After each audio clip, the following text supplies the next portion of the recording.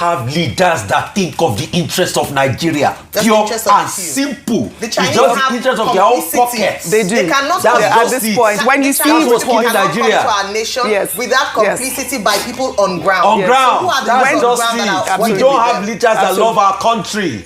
In the wake of China's disapproval of Trump's threat of military action in Nigeria as part of, efforts to protect Christians from persecution, a 2023 report by British newspaper The Times alleged that Chinese nationals in Nigeria's mining sector are funding terrorist groups to secure access to the country's mineral reserves. The exclusive investigation, which has resurfaced online, suggests that through bribes and illegal transactions, Beijing could be indirectly funding terror in Nigeria. Well, according to research from SBM Intelligence, a Lagos-based analytical group, Chinese companies operating in conflict zones have been striking security deals with insurgents. The report revealed videos of militant leaders boasting that Chinese workers must pay them rent to operate in their territories, particularly in Zamfara and other northwestern states. Some Chinese nationals working informally as miners serve as runners for militant groups and control gold mining operations across remote areas. The report noted that Chinese contractors often smuggle minerals out illegally, with several arrests recorded, including 27 miners in Osun State in 2020 and a Chinese citizen jailed for 5 years in October for processing 25 tons of lithium-containing minerals. Well, this investigative report adds another complex international dimension to Nigeria's security crisis. The report highlights the menace of resource exploitation, raising questions about which foreign actors are truly destabilizing Nigeria and why. Senator Oshiemole also accused China of stealing Nigeria's resources and arming bandits and terrorist groups to protect their illegal mining sites. The former Edo State governor made the allegations in January this year. Let's take a look. Those involved in this illegal mining, they use choppers. They procure arms exactly the same way as our military were doing in the South. They give them arms, they use choppers to come and cut away the gold, and they take them out of this country and make billions of US dollars. And the federal government is not doing what it should be doing. I took this letter to the former president when I was national chairman of APC, and I said, call the general to give you more brief. In fact, what is happening, or what subsequently happened in that part of the country, was exactly what the general told me was going to happen. Because these guys have been weaponized by the illegal big men who deploy them, secure territories, and the weapon is meant to protect the Chinese and other foreigners who they actually employ to carry out the mining. And on occasion, they use the same weapon to carry out banditry, kidnapping, and all of the terrible things that are going on. Some retired military officers, army officers are involved in it. The day we can't tell the truth, this country cannot flourish.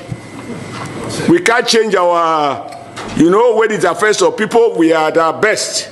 We talk strong. Some other people appear to be above the law. That is what is going on with solid mineral. It is not that we don't know where it is. We have a whole survey of where we have what across the length and breadth of Nigeria. All right, Ayo Oshiemole statement highlights what many see as hypocrisy in China's position on Nigeria's security crisis. While Beijing has criticized Trump's intervention threats, allegations suggest Chinese mining operations may be directly contributing to the violence by funding and arming the very groups terrorizing Nigerian communities. Ayo, we've seen these reports. So there's so many dimensions to this story, and it ties in with all that we have discussed earlier today. Number one is that yesterday we had said to be cautious about praising China's speaking up for Nigeria against the Trump's announcements and designation of Nigeria as a country of particular concern. At the end of the day, as has been mentioned, no one has the interest of Nigeria, or no country is altruistic in their interventions or diplomatic conversations with a nation. It's always country first. If only Nigeria too, in playing in this table, can put country first.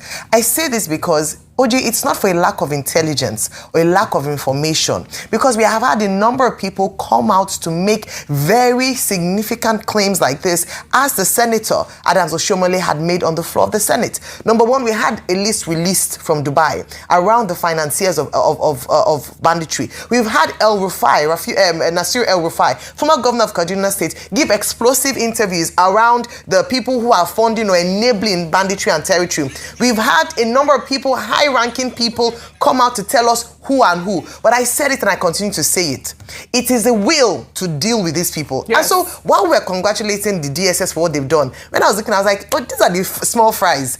Deal with the big fries, the ones that are actually behind it, the ones that are funding it. We love it, that they are coming to come and tell the people that are doing the legwork. Yeah. But let us go after the ones that are enabling it, because if you deal with these ones, as long as the enablers are still there, we will have an uproot of others who are willing to do the legwork, as long as money is there. Finally, at the end of this note, the former CDS had said that every time they apprehended terrorists, they found foreign currencies with them. Who are the people funding them? Exactly. There's foreign intervention or interference. Why are we not talking about that? So let's celebrate all these things, but we know the real issues. Until we tackle the real issues and have the political will to cut off the head of the big wigs, we're not going anywhere. So let us be very honest about this. We don't have leaders that think of the interest of Nigeria. Pure and simple. The it's just the interest of their own pockets. They do. They cannot at this point. When you see reports Nigeria to our nation without complicity by people on ground. On ground. So who are the That's ones on ground that are we don't have leaders that love our country. When you see reports like this, this is what it is. It's evident that